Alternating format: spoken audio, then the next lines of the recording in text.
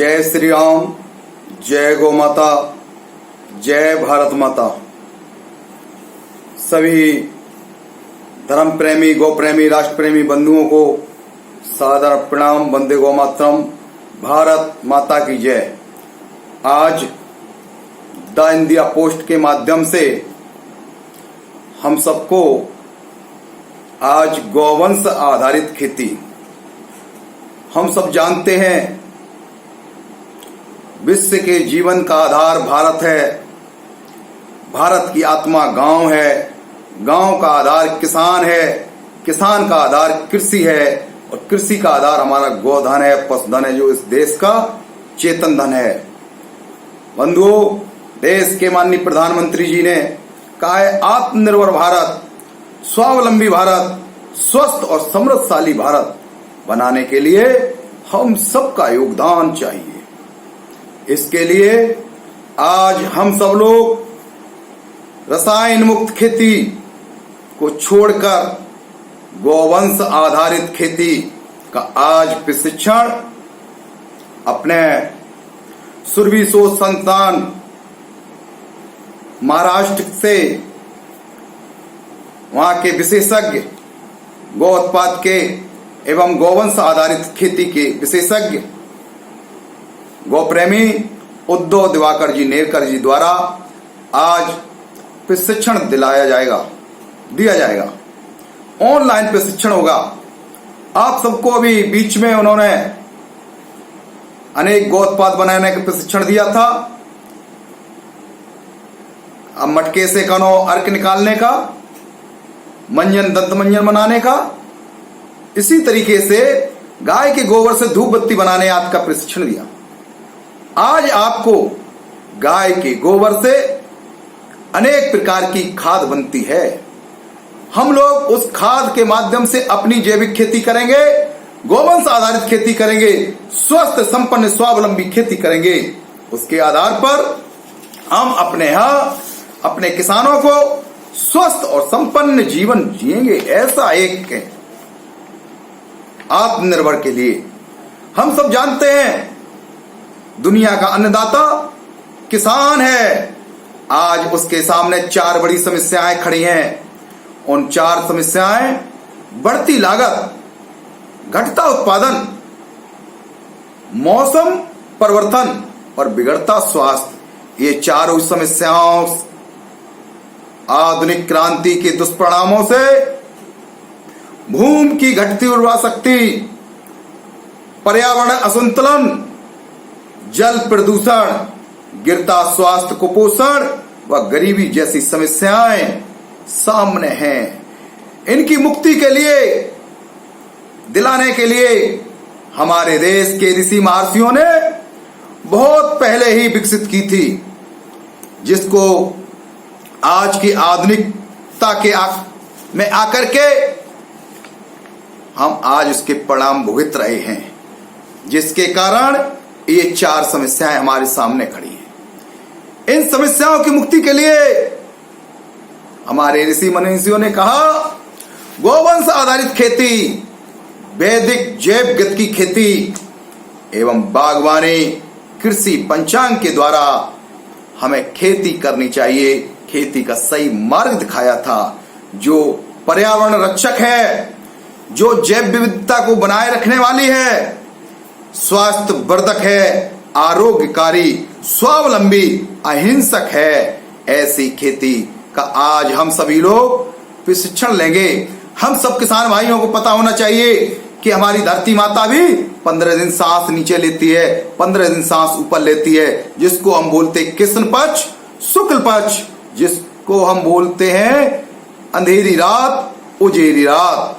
जब अंधेरी रात होती है उस समय धरती माता सांस नीचे लेती है, उस समय कृष्ण पक्ष होता है।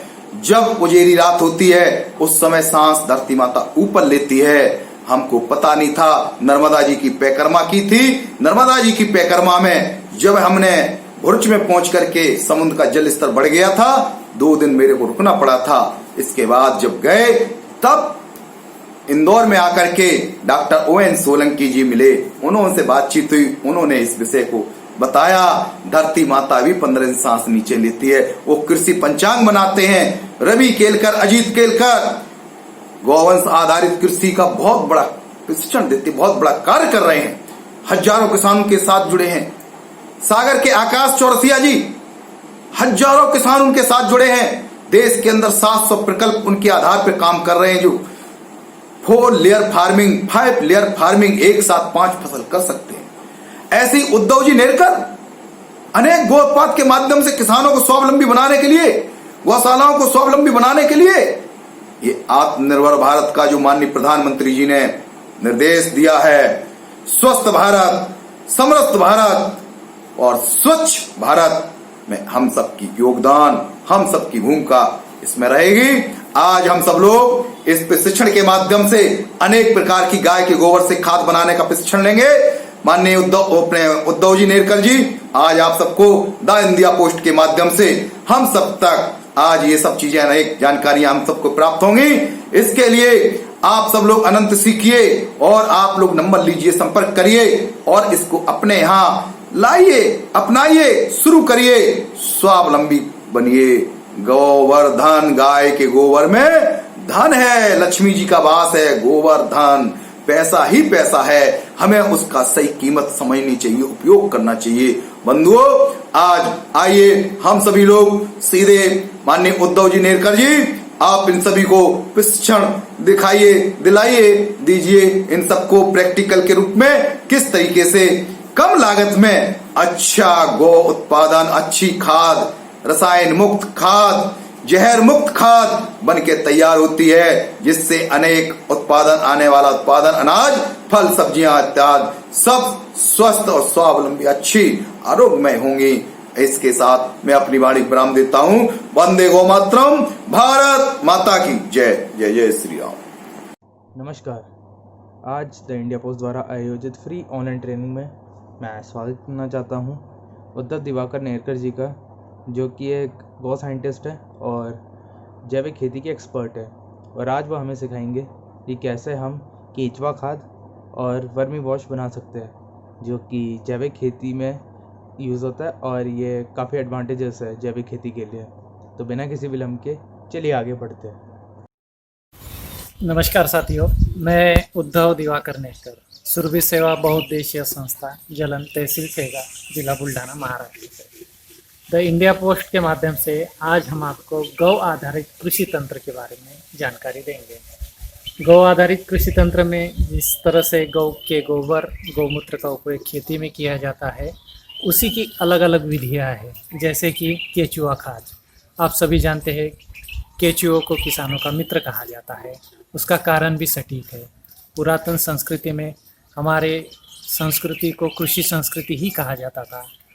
अभी 8 दिन पहले हमारे यहाँ महाराष्ट्र में कृषि का और पशु का जो संबंध होता है, उसका संबंध दर्शाने वाला एक त्यौहार हुआ है, जिसको हम लोग पोला कहते हैं। तो ऐसा अनन्य साधारण महत्व गौ आधारित कृषि में पशुओं का है, गोवंश का है। तो आज हम सीखेंगे गाय के गोबर से और रॉ मटेरियल से केंचुआ खाद बनाना। जैसा कि आप जानते हैं, संपूर्ण विश्व में केंचुए की लगभग 2700 प्रजातियां पूरे विश्व में पाई जाती है। उसी में भारतवर्ष में लगभग 451 प्रजातियां हैं।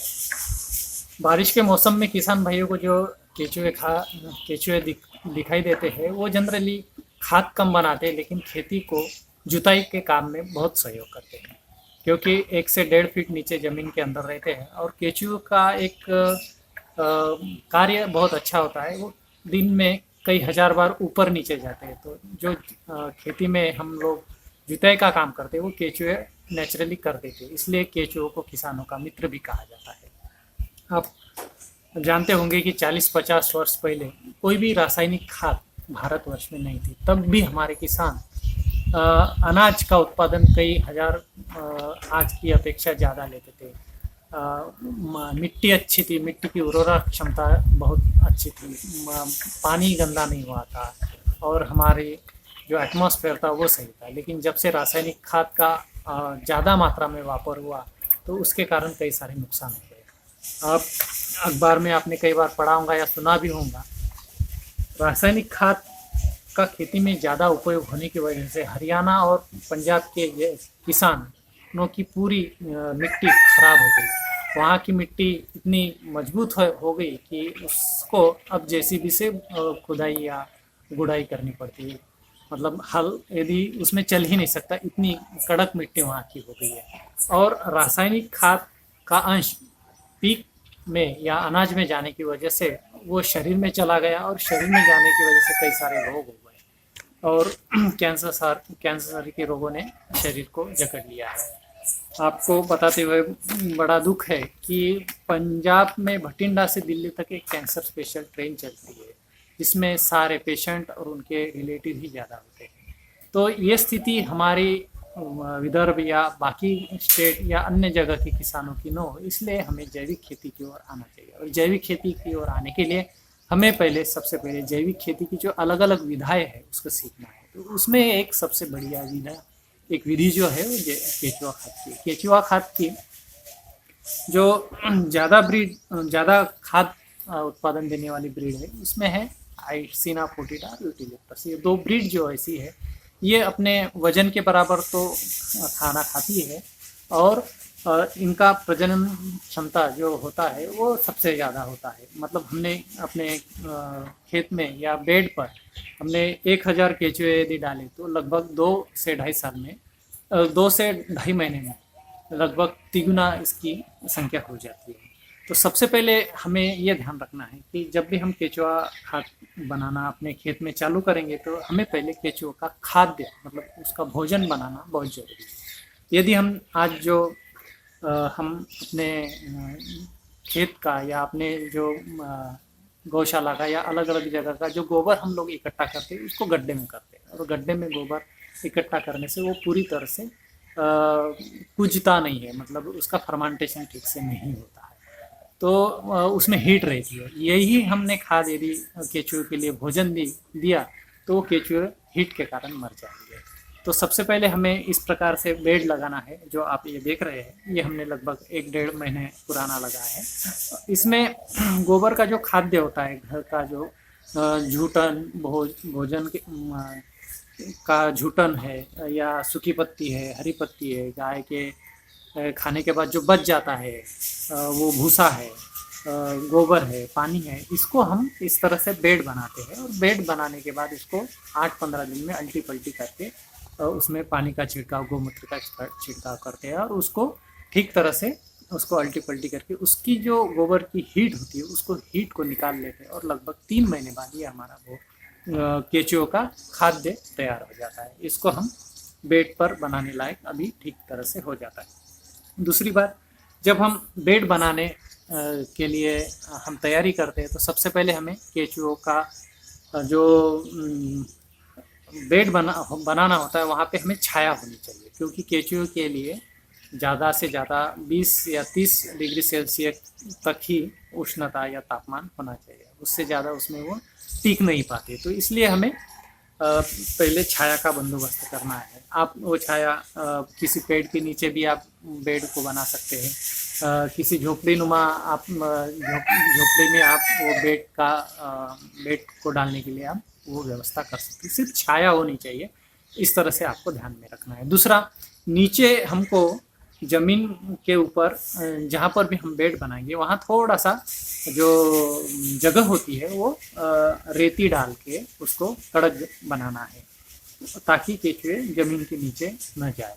और ईंट से चारों तरफ से हमको उसको घेर बनाना है, 1.5-2 फीट का हमको ईंट का ऐसा चौकोन गड्ढा चौकोन उसको आवरण देना है। मतलब उसको चौकोन साइड में 2-2 ईंट रखनी है ताकि वो बेड पे हम ठीक तरह से उसको ये रॉ मटेरियल को डाल सकेंगे और उसमें केचुए छोड़ देंगे।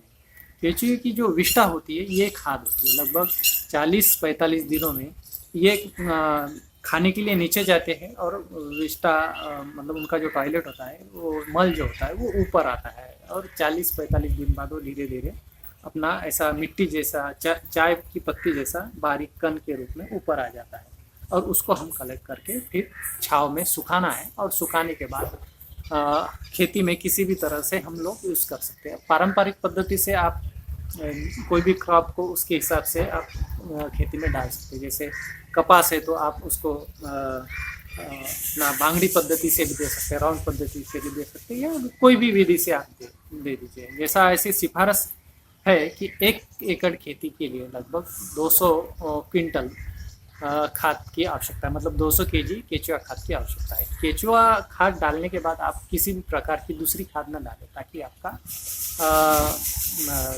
जो उर्वरक क्षमता है वो कम ना हो। और आपको रिजल्ट देखने के लिए यदि हम लोग किसानों को ऐसा भी कहते हैं कि आप 5 एकड़ यदि आपकी खेती है तो आप 2 एकड़ खेती, 1 एकड़ खेती जैविक पद्धति से करिए, या अलग अलग जैविक पद्धति की जो विधाएं है उससे करिए।